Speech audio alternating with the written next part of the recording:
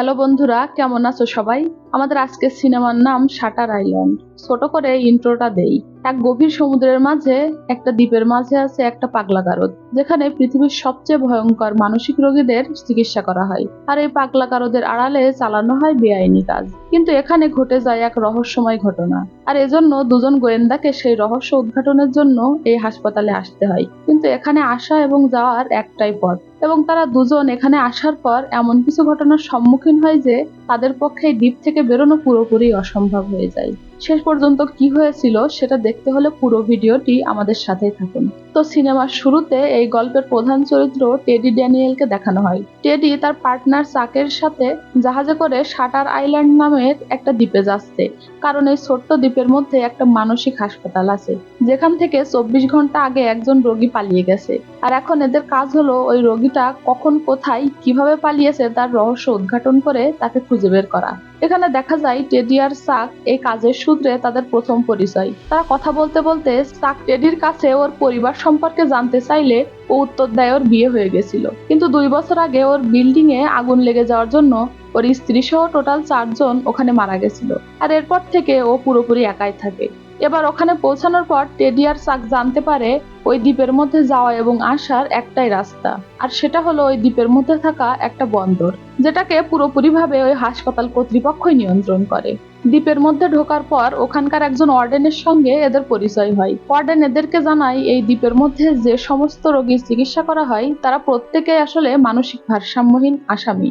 সেজন্য এই পুরো দ্বীপটাকে অনেক কঠিন সুরক্ষা ব্যবস্থার মধ্যে ঘিরে রাখা হয়েছে, যাতে কোনো কয়েদি এখান থেকে কোনোভাবেই পালাতে না পারে। এবার হসপিটালের ভেতরে ঢোকার আগে ওয়ার্ডেন ওদের দুজনের কাছ থেকে ওদের বন্দুক দুটো নিয়ে নেয়, আর তারপর ওদেরকে জানায় এই হাসপাতালে টোটাল 3টে ওয়ার্ড আছে। ওয়ার্ড এ তে সমস্ত ছেলেদেরকে রাখা হয়, আর ওয়ার্ড বি তে মেয়েদেরকে, আর এখানকার সবচেয়ে ভয়ঙ্কর আর হিংস্র রোগীদেরকে ওয়ার্ড সি তে রাখা হয়। আর আমার অথবা এই হসপিটালের প্রধান ডাক্তারের লিখিত অনুমতি ছাড়া কারোর পক্ষে ওয়ার্ড সি তে যাওয়া সম্ভব না। এবার এরা দুজন ওই হসপিটালের প্রধান ডক্টর কলির সঙ্গে দেখা করে। ডক্টর কলি এদেরকে জানায় আগের দিন এই হসপিটাল থেকে রেসেল সোলান্ডো নামের একজন কয়েদি পালিয়েছে, কিন্তু যেহেতু এই পুরো হসপিটালকে খুবই কঠিন সুরক্ষা ব্যবস্থার মধ্যে ঘিরে রাখা হয়েছিল, সেজন্য এখান থেকে কারো পক্ষে কোনোভাবেই পালানো সম্ভব না। এবার টেডি ওনাকে প্রশ্ন করে, আচ্ছা, যে কয়েদিটা এখান থেকে পালিয়ে গেছে অর্থাৎ রেসাল, উনি কি খুব ভয়ানক কয়েদি ছিলেন? ডক্টর কলি বলেন, হ্যাঁ, সেরকমই বলা যেতে পারে।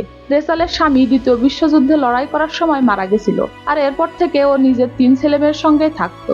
কিন্তু একদিন হঠাৎ করে ও নিজের 3 ছেলে মেয়েকে বাড়ির পিছনের পুকুরের জলের মধ্যে ডুবিয়ে মেরে ফেলে। আর এই ঘটনার পর থেকে বিগত 2 বছর ধরে এই হসপিটালেই রেচেলের চিকিৎসা চলছে। কিন্তু এখন সমস্যা হলো ও কিছুতেই মানতে চায় না যে ওর ছেলে মেয়েরা মারা গেছে। ও এখনো মনে করে ওর ছেলে মেয়ে বেঁচে আছে, আর সেজন্য ও নিজেকে একটা কল্পনার জগতের মধ্যে ঢুকিয়ে নিয়েছে। আর ওর কল্পনার জগতে এই হসপিটালটাই হলো ওর বাড়ি। যে কল্পনায় এখানকার সমস্ত ডাক্তার, নার্স, কর্মচারীরা হলো ওর বাড়ির কাজের লোক। এবার টেডি আর চাক ওই জায়গাটাকে ভালো করে পরীক্ষা করে দেখার জন্য রেসালের ঘরে চলে আসে। ওখানে আসার পর দেখা যায় ওই ঘরের দরজা এবং জানালা দুটোই পুরোপুরি অক্ষত অবস্থায় আছে।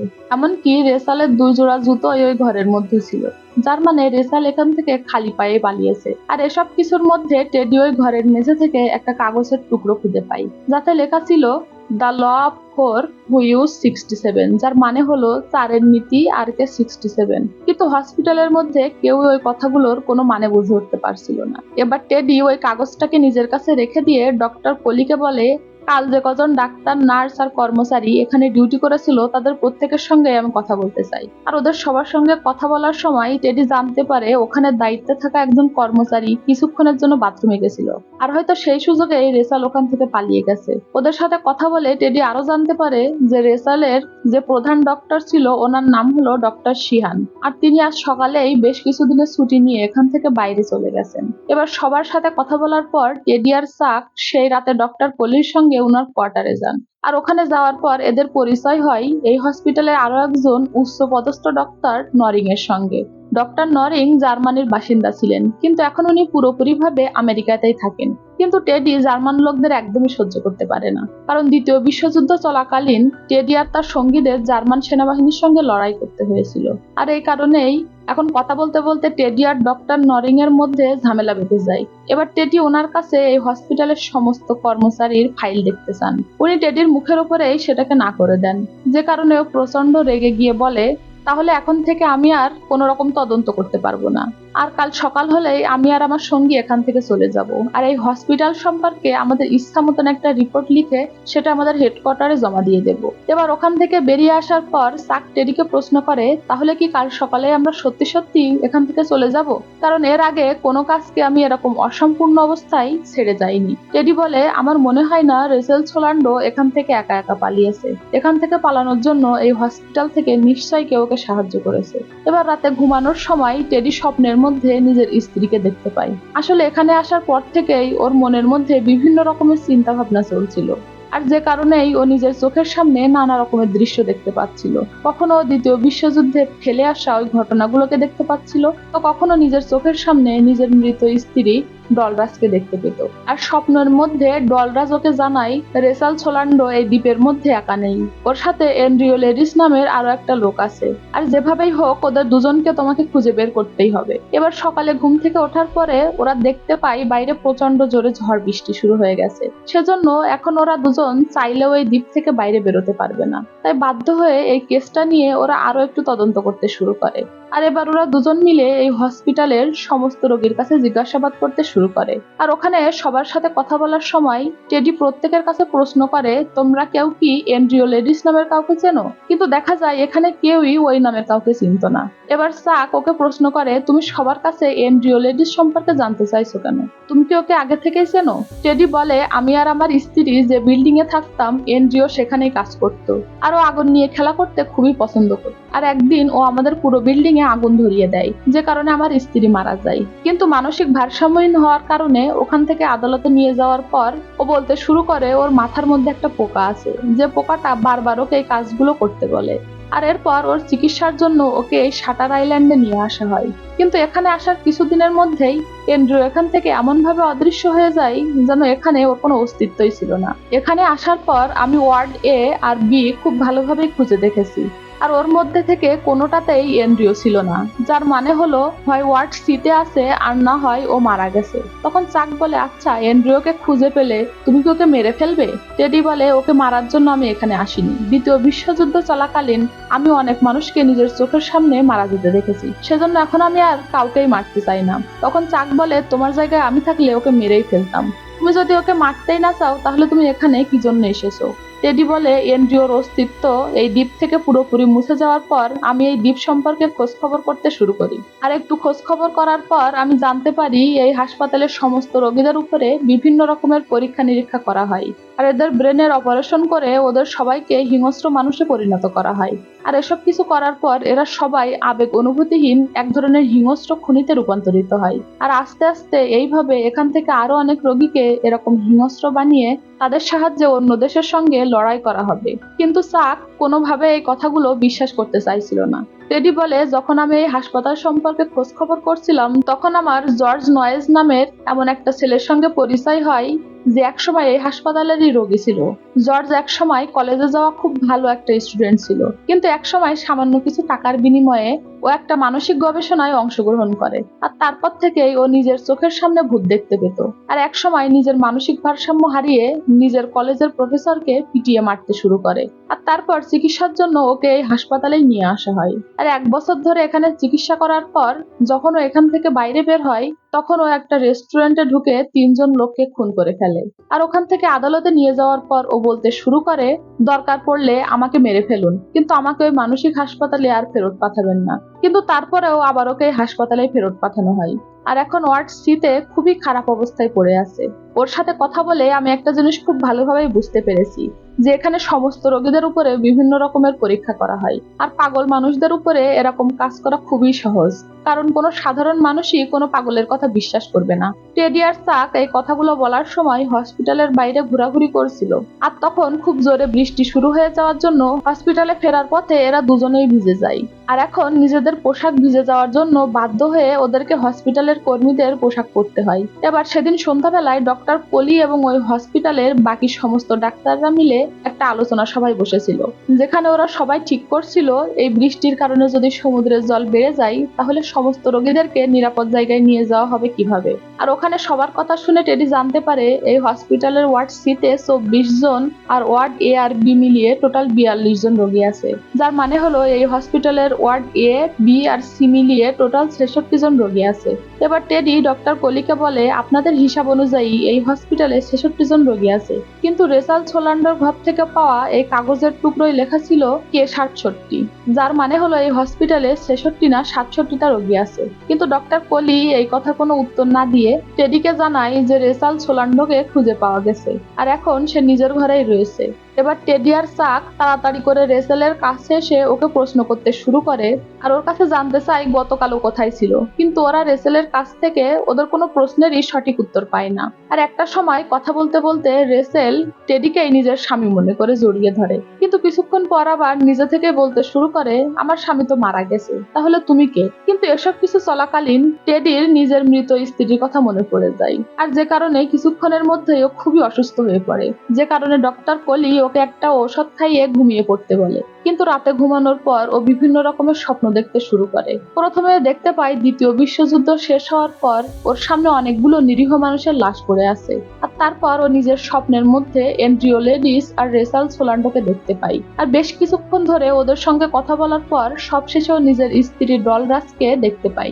ডলরাস ওকে জানায় এন্ড্রিও এখনো বেঁচে আছে আর এই মুহূর্তে ও এই দ্বীপের মধ্যেই আছে, আর যেভাবেই হোক তুমি ওকে খুঁজে বের করে মেরে ফেলবে, কারণ ওর জন্যই আমাকে মারা যেতে হয়েছিল। আর এই কথাগুলো শোনার সাথে সাথেই টেডির ঘুম ভেঙে যায়। এবার চাককে সঙ্গে নিয়ে ওই ঘর থেকে বাইরে বেরোনোর পর ও দেখতে পায় আগের রাতে প্রচন্ড ঝড় বৃষ্টি হওয়ার জন্য এই হসপিটালের অনেকটা ক্ষতি হয়ে গেছে, আর এখন যে কারণে ওই হসপিটালের সমস্ত কর্মচারীরা তাড়াতাড়ি করে সেগুলো ঠিক করার চেষ্টা করছিল। আর এগুলোকে দেখার পর চাক বলে, সবাই এখন নিজেদের কাজে ব্যস্ত, আমরা চাইলে এই সুযোগে ওয়ার্ড সিতে ঢুকে যেতে পারবো। আর যেহেতু আগের রাতে ওদের পোশাক ভিজে যাওয়ার জন্য টেডি আর চাক ওই হসপিটালের কর্মীদের পোশাক পরেছিল, সেজন্য এখন ওরা খুব সহজেই ওয়ার্ড সিতে ঢুকে পড়ে। এবার ভেতরে ঢুকে খোঁজাখুঁজি করতে করতে টেডি আর চাক আলাদা আলাদা হয়ে যায়, আর বেশ কিছুক্ষণ ধরে এখানে এন্ড্রিও লেডিসকে খোঁজাখুঁজি করার পর টেডি ওই জেলের মধ্যে জর্জ নয়েসকে খুঁজে পায়। জর্জ নয়েস সেই ছেলেটা ছিল আজ থেকে 2 বছর আগে যে টেডিকে এই দ্বীপ সম্পর্কে জানিয়েছিল। এখানে দেখা যায় জর্জের সারা মুখে অনেকটাই আঘাতের চিহ্ন রয়েছে। তখন টেডি ওকে প্রশ্ন করে, তোমার এই অবস্থা কে করলো? জর্জ বলে, তুমি আমাকে মেরে এই অবস্থা করে দিয়েছো। তখন টেডি ওকে বলে, আমি যেভাবেই হোক তোমাকে এখান থেকে বের করে নিয়ে যাব। জর্জ বলে, সেটা তুমি কখনোই পারবে না। তুমি কি মনে করেছো তুমি এখানে কোনো তদন্ত করতে এসেছো? ওরা সবকিছুই জানে, আর ওরা আগে থেকে তোমার উপরে নজর রাখছে। তুমি এই দ্বীপের মধ্যে আটকে গেছো, যেখান থেকে তুমি কখনোই বাইরে বেরোতে পারবে না। কিন্তু টেডি ওর কথাগুলো বিশ্বাস করতে চাইছিল না। তখন জর্জ বলে, তুমি যে পার্টনারের সঙ্গে এই দ্বীপে এসেছো তার সঙ্গে আগে কখনো কাজ করেছো? আসলে এই সবটাই একটা ষড়যন্ত্র যেখানে তুমি ফেসে গেছো। আর কিছুদিন পর এই দ্বীপের মধ্যে থাকা একটা লাইট হাউসে নিয়ে গিয়ে আমার মাথার অপারেশন করে আমাকে মেরে ফেলা হবে। আর এখানে থেকে সত্যকে খুঁজে বের করা আর এন্ড্রিও লেডিসকে মেরে ফেলা, দুটো কাজ তুমি একসঙ্গে করতে পারবে না। তোমাকে এই দুটোর মধ্যে থেকে যে কোনো একটা বেছে নিতে হবে। আর একই সাথে ও বলে, তোমাকে তোমার স্ত্রী ডলরাসকে নিজের মাথা থেকে যেতে দিতে হবে। আসলে টেডি মাঝে মধ্যে নিজের মৃত স্ত্রী ডলরাসকে নিজের চোখের সামনে দেখতে পেত। আর এসব কিছু চলাকালীন জর্জের ছেলের মধ্যেই টেডি ডলরাসকে দেখতে পাই। আর এরপর ও জর্জকে বলে, আমি কোনোভাবেই নিজের স্ত্রীকে নিজের মাথা থেকে বের করতে পারবো না। জর্জ বলে, তাহলে তুমি এই দ্বীপ থেকেও আর কখনোই বাইরে বেরোতে পারবে না। আর তুমি যাকে খুঁজছো অর্থাৎ এন্ড্রিও লেডিস, সেই ওয়ার্ড সিতে নেই। তার মানে ওর মাথার অপারেশন করার জন্য ওকে লাইট হাউসে নিয়ে যাওয়া হয়েছে। এবার কিছুক্ষণ পর টেডি চাককে সঙ্গে নিয়ে ওয়ার্ড সি থেকে বাইরে বেরিয়ে আসে। চাক ওকে বলে, আমি ওয়ার্ড সির সমস্ত রোগীদের ফাইল দেখছিলাম, আর ওখান থেকে আমি এন্ড্রিও লেডিসের একটা ফাইল দেখতে পাই। মানে এন্ড্রিও লেডিস এখন এই দ্বীপের মধ্যেই আছে, আর যার থেকে এটা প্রমাণিত হয় যে এখানে 66 না 67 জন রোগী রয়েছে। এবার টেডি ওকে সঙ্গে নিয়ে জঙ্গলের মধ্য দিয়ে লাইট হাউসের দিকে এগিয়ে যাচ্ছিল, কিন্তু রাস্তাটা ভয়ঙ্কর হওয়ার জন্য চাকর সঙ্গে যেতে রাজি হয় না। সেজন্য টেডি ওখান থেকে সামনের দিকে একা একা এগিয়ে যায়, কিন্তু একটু যাওয়ার পরও দেখতে পাই ও ভুল রাস্তায় চলে এসেছে, আর ওর সামনেই একটা বিশাল বড় খাদ ছিল। কিন্তু ওখান থেকে ফিরে আসার পর ও চাককে কোনো জায়গায় খুঁজে পাচ্ছিল না। আর আশেপাশে একটু খোঁজাখুঁজি করার পরও দেখতে পাই খাদের নিচে সমুদ্রের ধারে চাকের দেহ পড়ে আছে। সেজন্য ও তাড়াতাড়ি করে ওই খাড়া পাহাড়ের ওপর থেকে আস্তে আস্তে নিচে নামতে শুরু করে। কিন্তু নিচে আসার পর ও কোথাও চাককে খুঁজে পায় না। আর দেখা যায় ওখানে একটা পাথরের টুকরো ছিল, যেটাকে দূর থেকে দেখে মানুষের মতোই লাগছিল। এটা দেখেই টেডি মনে করেছিল চাক হয়তো উপর থেকে নিচে পড়ে গেছে। এবার ওখানে একটু খোঁজাখুঁজি করার পর ওই খাড়া পাহাড়ের মধ্যে ও একটা গুহা দেখতে পায়, যেখান থেকে আলো আসছিল। সেজন্য তাড়াতাড়ি করে ওই গুহার মধ্যে ঢুকে যায়, যেখানে আগে থেকেই একজন মহিলা ছিল। আর টেডি ওনার পরিচয় জানতে চাইলে উনি বলেন ওনার নাম রেচেল সোলান্ডো। কিন্তু এটা সেই মহিলা ছিল না। কিছুদিন আগে যাকে হসপিটালের মধ্যে রেচেল সোলান্ডো বলে টেডির সঙ্গে পরিচয় করানো হয়েছিল, ওই মহিলা জানায় আমি হলাম আসল রেচেল সোলান্ডো।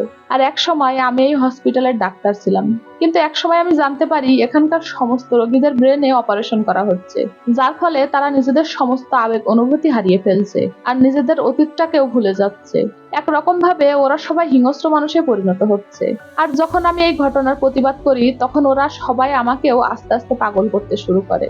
আর আস্তে আস্তে আমারও ব্রেনের অপারেশন করে এবং আমাকে পাগল বানানোর চেষ্টা করছিল।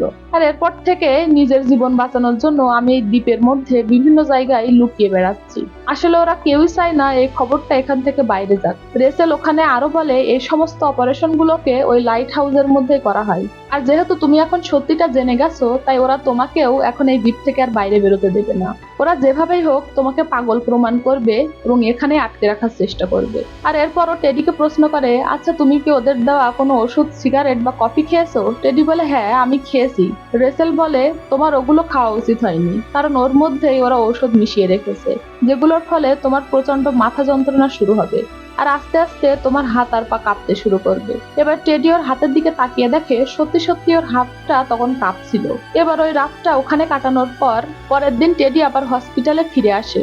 আর ওখানে ফেরার পর ডক্টর কোলিওকে বলে যেহেতু রেচেল সোলান্ডোকে খুঁজে পাওয়া গেছে, তাই তোমার কাজ এখানেই শেষ, এখন তুমি এখান থেকে আসতে পারো। তখন টেডি বলে হ্যাঁ আমার যতটা খোঁজ খবর করার দরকার সবটাই করা হয়ে গেছে, আর এখন আমরা এখান থেকে বেরোতে চাই।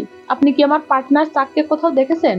ডক্টর কোলি বলে আমরা মানে? তুমি তো এই দ্বীপের মধ্যে একা একাই এসেছো, তোমার সঙ্গে কোনো পার্টনার ছিল না। আর এই কথাটা শোনার পর টেডি মনে করে তাহলে হয়তো ওরা সবাই চাককে ধরে নিয়েছে আর এখন ওই লাইট হাউসের মধ্যে নিয়ে গিয়ে ওর ব্রেন অপারেশন করা হবে। সেজন্য সবার নজর থেকে লুকিয়ে লুকিয়ে ওই লাইট হাউসের কাছে চলে আসে আর ওখানে দায়িত্বে থাকা একজন সিকিউরিটি গার্ডকে মেরে ওই লাইট হাউসের ভেতরে ঢুকে যায়। আর ওখানে ঢোকার পর দেখা যায় ওই পুরো জায়গাটা একদম ফাঁকা ছিল। ওই লাইট হাউসের একদম উপরে ডক্টর কোলি বসেছিল, কিন্তু এই পুরো লাইট হাউসের মধ্যে ও কোথাও কোনো জায়গায় চাকরি খুঁজে পায় না আর ওখানে ব্রেন অপারেশন করার মতন কোনো জায়গাও খুঁজে পায় না। টেডি কিছুতেই বুঝতে পারছিল না যে এখন এখানে কি হচ্ছে, কারণ ও মনে করছিল এই লাইট হাউসের মধ্যে সমস্ত রোগীর ব্রেন অপারেশন করা হয় আর হয়তো ওর পার্টনার চাককেও এখানেই খুঁজে পাওয়া যাবে। কিন্তু এখানে আসার পর ওর সমস্ত ধারণাই ভুল প্রমাণিত হয়। এবার ডক্টর কোলি ওকে নিজের সামনে একটা চেয়ারে বসতে বলে আর তখন দেখা যায় আস্তে আস্তে টেডির হাত কাঁপতে শুরু করেছে। আরো বলতে থাকে আমি আসল রিচার্ড সোলান্ডোকে খুঁজে বের করেছি, উনি আমাকে ব্রেন অপারেশন সম্পর্কে সবকিছুই বলে দিয়েছেন। আর তার সাথে সাথে আমি এটাও জানতে পেরেছি যে কিভাবে গত দুদিন ধরে আমাকে ঔষধ খাইয়ে পাগল বানানোর চেষ্টা করা হচ্ছিল। তখন ডক্টর কোলি বলে না তুমি ভুল বললে, দুদিন না গত 2 বছর ধরে তোমাকে এই ওষুধটা দেওয়া হচ্ছিল আর বিগত বেশ কিছুদিন ধরে তুমি এই ওষুধটা খাচ্ছ না, যে কারণে এখন তোমার হাত পা কাঁপতে শুরু করেছে। তখন টেডি বলে গত 2 বছর ধরে কেউ আমার খাবারে ওষুধ মিশিয়ে আসছে আর আমি সেটা জানতেই পারছি না। তখন ডক্টর কোলি বলে না, একদমই না, আসলে বিগত 2 বছর ধরে তুমি এই হাসপাতালেরই একজন রোগী হিসেবে আটকে আছো আর বিগত 2 বছর ধরে এখানেই তোমার চিকিৎসা চলছে। তখন টেডি বলে আপনি এখনো ভাবছেন আমি আপনার কথা বিশ্বাস করব? আমি একজন গোয়েন্দা। ডক্টর কোলি বলে হ্যাঁ তুমি 2 বছর আগে একজন গোয়েন্দা ছিলে, কিন্তু বিগত 2 বছর ধরে তুমি এই হাসপাতালেই আছো আর তুমিই হলে এই হাসপাতালের 67তম রোগী। তারপর উনি টেডিকে ওর ইনটেক ফর্মটা দেয়, যেটাতে এই হসপিটালে ভর্তি হওয়ার সময় থেকে টেডি সম্পর্কে সমস্ত তথ্যই লেখা ছিল। কিন্তু এটাকে দেখার পরেও টেডি কোনোভাবেই ওনার কথাগুলো বিশ্বাস করতে চাইছিল না। ও বারবার প্রশ্ন করতে থাকে আমার পার্টনার চাক এখন কোথায় আছে। তখন ডক্টর কোলি বলে ঠিক আছে, তাহলে আমি তোমাকে অন্যভাবে বোঝাচ্ছি। আর এরপর উনি একটা বোর্ড দেখিয়ে বলে এটা হলো তোমার রুল অফ 4 বা 4-এর নীতি। এবার দেখা যায় বোর্ডের মধ্যে 4টে নাম লেখা ছিল, যেগুলো হলো এডওয়ার্ড ড্যানিয়েলস, এন্ড্রু লেডিস, রেসাল সোলান্ডো আর ডলরেস সালান। এবার ডক্টর কলি বলে এই 4টে নামের মধ্যেই 13টা করে অক্ষর আছে, আর তুমি এখানে দুটো নাম থেকে আরো দুটো নকল নাম বানিয়েছো। তুমি এন্ড্রিও লেডিসকে বানিয়েছো এডওয়ার্ড ড্যানিয়েল, আর ডলরেস সালান থেকে বানিয়েছো রেসেল সোলান্ডো। আর তোমার আসল নাম হলো এন্ড্রিও লেডিস, আর তোমার স্ত্রীর নাম হলো ডলরেস সালান। 2 বছর আগে তুমি একটা অপরাধ করেছিলে, যে কারণে শাস্তি দেওয়ার জন্য তোমাকে এই দ্বীপে নিয়ে আসা হয়, কিন্তু তুমি নিজের দোষটাকে কোনোভাবেই স্বীকার করতে চাও না। সেজন্য তুমি নিজের চারদিকে কল্পনার একটা নকল জগৎ বানিয়ে রেখেছো, যে কল্পনার জগতে তুমি একজন ভালো মানুষ, আর তুমি আমেরিকার একজন গোয়েন্দা, আর তুমি এই দ্বীপে একটা রহস্য উদ্ঘাটনের জন্য এসেছো। আর এখানে তুমি নিজের এন্ড্রিও লেডিস নামটাকে বদলিয়ে নিজেকে এডওয়ার্ড ড্যানিয়েল নাম দিয়েছো। যদি আমার পক্ষে সম্ভব হতো তাহলে আমি তোমাকে তোমার কল্পনার জগতেই থাকতে দিতাম, কিন্তু তুমি খুবই ভয়ঙ্কর একজন রোগী। তুমি মাঝে মধ্যেই এখানকার গার্ডদের উপর আক্রমণ করো, এমনকি এখানকার অন্য রোগীদেরকেও তুমি মারধর করো। আর 2 সপ্তাহ আগে তুমি জর্জ নয়েসকে খুব বাজেভাবে আঘাত করেছো। তখন টেডি বলে, কিন্তু আমি ওকে কেন মারতে যাব? ডক্টর বলে, কারণ ও তোমাকে এন্ড্রিও লেডিস নামে ডেকেছিল, আর এটাই হলো তোমার আসল নাম। কিন্তু এই নামটাকে তুমি একদমই সহ্য করতে পারো না, আর ওই সময় তুমি জর্জকে একরকম ভাবে মেরেই ফেলছিলে। ওকে কোনো রকমে তোমার হাত থেকে বাঁচানো হয়, আর এরপর ওই হসপিটালের ওয়ার্ডেন আর সমস্ত ডাক্তাররা মিলে ঠিক করে যেভাবেই হোক এখন তোমার রোগের একটা চিকিৎসা করা উচিত। আর এই কথাগুলো বলতে বলতে ওখানে টেডির পার্টনার চাক চলে আসে, কিন্তু দেখা যায় এই ঘরে ঢোকার পর চাক সোজা ডক্টর কলির পাশে এসে দাঁড়িয়ে পড়েছে। আর এখানে জানা যায় ওনার আসল নাম হলো ডক্টর শিহান, আর উনি ছিলেন এন্ড্রিওর আসল চিকিৎসক। আর এই কয়দিন ধরে এন্ড্রিওর উপরে নজর রাখার জন্য উনি পার্টনার সেজে ওর সঙ্গেই থাকছিলেন। তো এই কথাগুলো শোনার পর এন্ড্রিও প্রচন্ড রেগে গিয়ে টেবিলের উপরে পড়ে থাকা নিজের বন্দুকটাকে হাতে তুলে নেয়, আর তারপর ডক্টর কলিকে গুলি করতে শুরু করে। কিন্তু দেখা যায় ডক্টর কলির গায়ে গুলি লেগে রক্ত বেরোনো সত্ত্বেও উনি পুরোপুরি বেঁচে আছেন। আর এরপরও খেয়াল করে যে বন্দুকটাকে ও আসল মনে করেছিল সেটা আসলে কাঠের তৈরি একটা নকল বন্দুক। এবার ডক্টর কলি আর ডক্টর শিহান দুজন মিলে ওকে ওর অতীতের কথাগুলো মনে করতে বলে, আর আস্তে আস্তে ওকে ওর স্ত্রী আর 3 ছেলে মেয়ের ছবিও দেখাতে শুরু করে, যেগুলো দেখার পরে কিছুক্ষণের মধ্যে আস্তে আস্তে ওর অতীতের কথাগুলো মনে পড়তে শুরু করে। আর এখান থেকে পুরো ঘটনা ওর অতীতে চলে যায়, যেখানে দেখা যায় 2য় বিশ্বযুদ্ধ চলাকালীন নিজের চোখের সামনে অনেক মানুষকে মারা যেতে দেখে এন্ড্রিও মানসিকভাবে প্রচন্ড আঘাত পেয়েছিল, আর যুদ্ধের ওই ঘটনাগুলোকে ভোলার জন্য প্রচন্ড পরিমাণে মদ খেতে শুরু করেছিল। আর এন্ড্রিওর বাড়িতে ওর স্ত্রী আর 3টে বাচ্চাও ছিল। আর এখানে সমস্যা হলো ওর স্ত্রী অনেকদিন ধরেই মানসিক রোগে ভুগছিল, কিন্তু এন্ড্রিও সারাদিন ধরে এতটাই মদের নেশে পড়ে থাকতো যে নিজের স্ত্রীকে নিয়ে ভাবার জন্য ওর একটুও সময় পেত না। এসব কিছুর মধ্যেই একদিন ওর স্ত্রী ডলরাস ওদের পুরো বাড়িতে আগুন ধরিয়ে দেয়, যে কারণে এন্ড্রিও ডলরাস আর তার 3 ছেলে মেয়েকে নিয়ে নতুন একটা বাড়িতে চলে আসে। আর এই নতুন বাড়ির পিছনে একটা পুকুর ছিল, কিন্তু এই নতুন বাড়িতে আসার পরেও ডলরাসের মানসিক রোগটা আগের মতোই থেকে গেছিল। সেজন্য একদিন টেডি যখন বাড়ির বাইরে কাজ করছিল, সেই সময় ডলরাস নিজের 3 ছেলে মেয়েকে বাড়ির পিছনের পুকুরের জলে ডুবিয়ে মেরে ফেলে। আর কাজ থেকে ফেরার পর এন্ড্রিও দেখতে পায় ডলরাস ওই পুকুর ধারে বসে আছে, আর পুকুরের মধ্যে ওই 3 ছেলে মেয়ের মৃতদেহ ভেসে বেড়াচ্ছে, যেটা দেখে ওরা তাড়াতাড়ি করে ওর বাচ্চাদেরকে জলের উপরে নিয়ে আসে, কিন্তু ততক্ষণে ওরা প্রত্যেকেই মারা গেছিল। আর নিজের 3 ছেলে মেয়েকে এভাবে মেরে ফেলার জন্য এন্ড্রিও সঙ্গে সঙ্গে ডলরাসকে ওখানে গুলি করে মেরে ফেলে। আর এখান থেকেই নিমেষের মধ্যে ও নিজের পুরো পরিবারকে হারিয়ে পুরোপুরি একা হয়ে যায়। কিন্তু নিজের স্ত্রীকে মারার এই ঘটনাটা এন্ড্রিও কোনোভাবেই স্বীকার করতে চাইছিল না। সেজন্য আস্তে আস্তে ও নিজের একটা কল্পনার জগৎ বানিয়ে নেয়, কারণ ও নিজের কল্পনার জগতে এতটাই ঢুকে গেছিল যেখান থেকে বাস্তবে ফিরে আসা ওর পক্ষে খুবই অসুবিধা হয়ে যাচ্ছিল। সেজন্য ডক্টর কলি আর ডক্টর শিহান ঠিক করে এন্ড্রিও যে কল্পনা জগতে বেঁচে আছে ওরা সবাই ওর সাথে সেই কল্পনা জগৎ নিয়েই একটা নাটক করবে। সেজন্য বিগত বেশ কিছুদিন ধরে ডক্টর কলি, ডক্টর শিহান ওই হসপিটালের বাকি সমস্ত কর্মচারী মিলে এন্ড্রিওর সাথে ওই নাটকে অংশগ্রহণ করেছিল। আর হসপিটালের মধ্যে ও যে রেসাল সোলান্ডোকে দেখতে পেয়েছিল, আসলে উনি ওই হসপিটালেরই একজন নার্স ছিল। আর রেসালের ঘর থেকে পাওয়া যে কাগজের টুকরোটাই লেখা ছিল তারের নিচে আর কে 67, সেটাকে আসলে ডক্টর কলি লিখে রেখেছিল, কারণ ডক্টর কলি চাইছিল এন্ড্রিও নিজে থেকেই তদন্ত করতে করতে এটা খুঁজে বের করুক যে হসপিটালের 67 নম্বর রোগীও নিজেই। এবার দেখা যায় কিছুক্ষণ পর পুরো ঘটনা আবার বর্তমান অবস্থায় ফিরে এসেছে, আর এখন দেখা যায় এই নাটকের জন্য এন্ড্রিও নিজের কল্পনার জগৎ ছেড়ে পুরোপুরি বাস্তবের জগতে ফিরে এসেছে। এবার টেডি সবার সামনে সত্যি কথাগুলোই স্বীকার করে নেয় যে এতদিন ধরে ও কল্পনার জগতেই বেঁচে ছিল। ডক্টর কলি বলে, আমরা 9 মাস আগে তোমাকে একবার পুরোপুরি সুস্থ করে ফেলেছিলাম, কিন্তু কিছুদিন পর তুমি আবার নিজের পুরনো কল্পনার জগতে ফিরে যাও। আর এইভাবে প্রত্যেকবার একটা ভাঙা টেপ রেকর্ডারের মতন তুমি প্রত্যেকটা জিনিস বারবার করে যাও। কিন্তু এখন আমরা চাই তুমি সত্যিটাকে স্বীকার করে নিজের কল্পনার জগৎ থেকে পুরোপুরি বেরিয়ে এসো। এবার এন্ড্রিও তেমনটাই করে। ও নিজের অতীতের সমস্ত সত্যি কথাগুলো স্বীকার করে, আর সেই সঙ্গে এটাও স্বীকার করে যে এতদিন ধরে ও একটা কল্পনার জগতে বাস করছিল। এবার পরের দিন সকালে দেখা যায় এন্ড্রিও ওই হসপিটালের একটা সিঁড়ির উপরে বসে আছে। তখন ডক্টর শিহান ওর পাশে এসে বসে। তাহলে এখন আমাদের কি করা উচিত? এন্ড্রিও বলে, আমাদেরকে এই দ্বীপ থেকে বেরোতে হবে। এই দ্বীপের মধ্যে অনেক বেআইনি কাজ করা হচ্ছে, কিন্তু আমরা যেভাবেই হোক এখান থেকে বেরিয়ে যাব।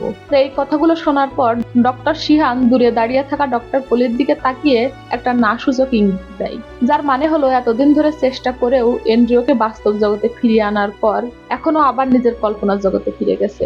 আর এটাই ছিল এন্ড্রিওর কাছে সুস্থভাবে বেঁচে থাকার শেষ সুযোগ। কিন্তু যেহেতু আবার ও নিজের কল্পনার জগতে ফিরে গেছে, তাই সমস্ত ডাক্তাররা মিলে ঠিক করে ওর ব্রেনের অপারেশন করা হবে।